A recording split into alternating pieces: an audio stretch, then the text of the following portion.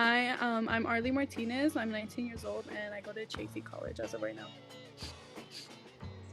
Hi, I'm Winter Murrow. I'm 22 years old and I go to Chafee College right now as well. Okay, perfect. Okay, my name is Jolie Eldon Franco, and I'm 19 years old.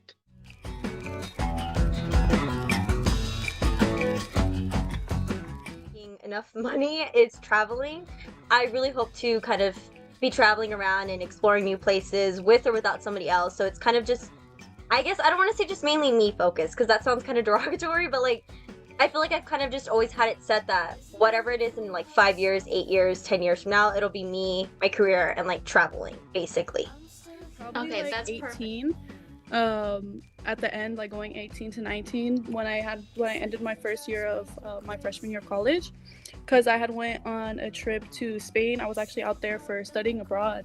Wow. And yeah, and I realized like how much I like traveling and seeing the world and things like that.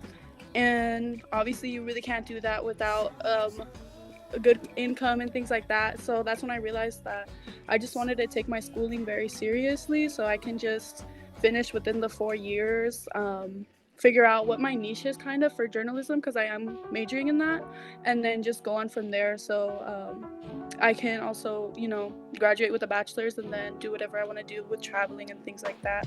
But as for like family wise, I don't think I see myself having kids. I've always been like that since like a very young age. I was just like, no, I can't have kids. So yeah. Someone that I feel guides me a lot is my grandma.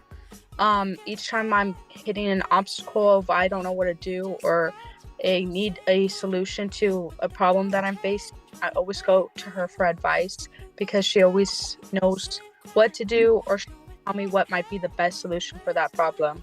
So I feel like my grandma helps me a lot in advising me things.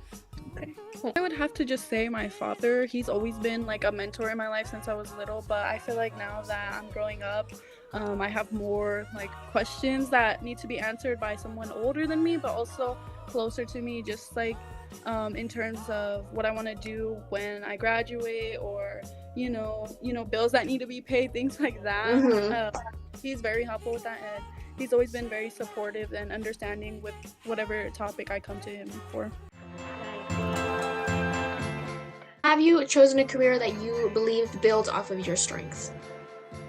I want to say yes. I am very comfortable with like public speaking and speaking in front of people. And then I don't want to say I'm argumentative, but I feel like I can navigate arguments and kind of hard conversations effectively. And I feel like that does kind of obviously weigh in a bit to the law aspect of being able to speak with authoritative figures and kind of also learning to have some authority yourself, especially as like a woman in a male dominated field, much more so like, certain populations in that field. So I'd say those attributes have really kind of pushed forward that dream and also helped shape me for that said dream as well, occupation wise. I think someone who pushes you and motivates you to do better is like number one priority, because I feel like in the industry that I'm going in, that's very important. And whenever I do meet said person, I don't want to be in the same position I was like 2 years after we're dating, I'm a person that always wants to grow. And according to Levinson's novice phase, young adults are meant to complete 4 tasks that will help them smoothly enter young adulthood. These ladies have accomplished 1 to 4 of those tasks, including creating a life vision, finding an occupational design, finding mentors, as well as giving thought to love relationships for later adulthood.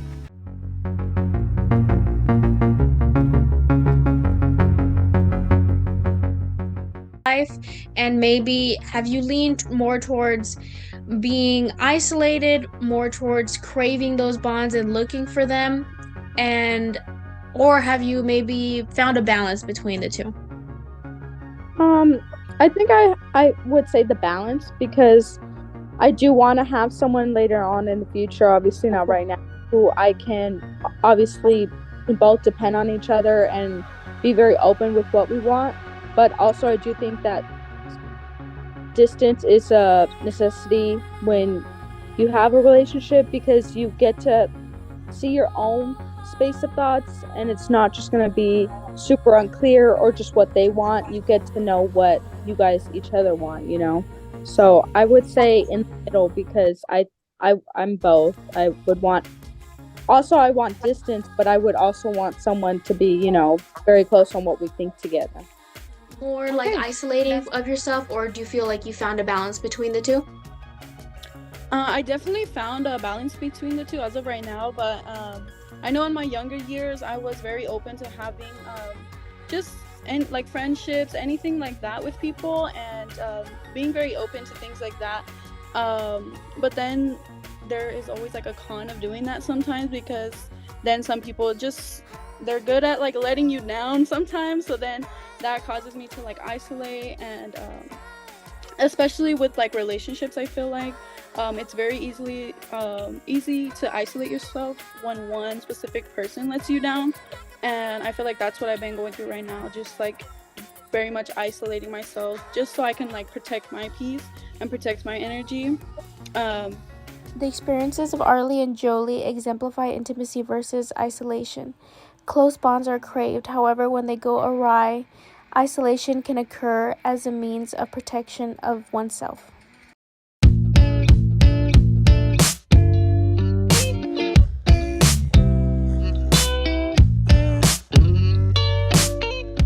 Kind of thing. So my question is, have you ever felt a familial community or a societal, like in movies and TV, that kind of pressure to express the stereotypes and gender roles in order to gain acceptance? And how do you think that this pressure was expressed? So, for example, you could talk about any movies that you saw, maybe when you were younger, that were telling you how you thought that a woman should be. So, I was just gonna say, I feel like I kind of became aware of that pretty early on, like not even again, just like in households with like the whole like machismo kind of issue in like Latino households.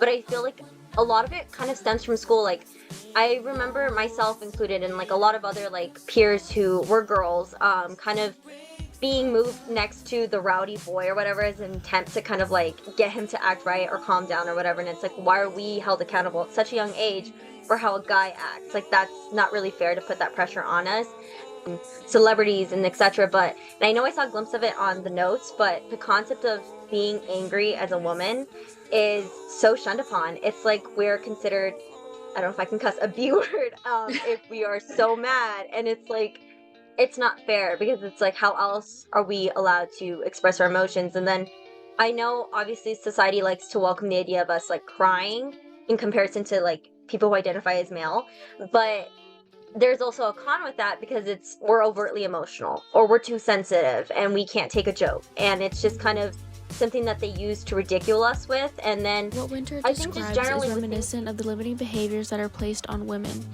It's difficult to step out of gender roles because both sexes are shamed when they do.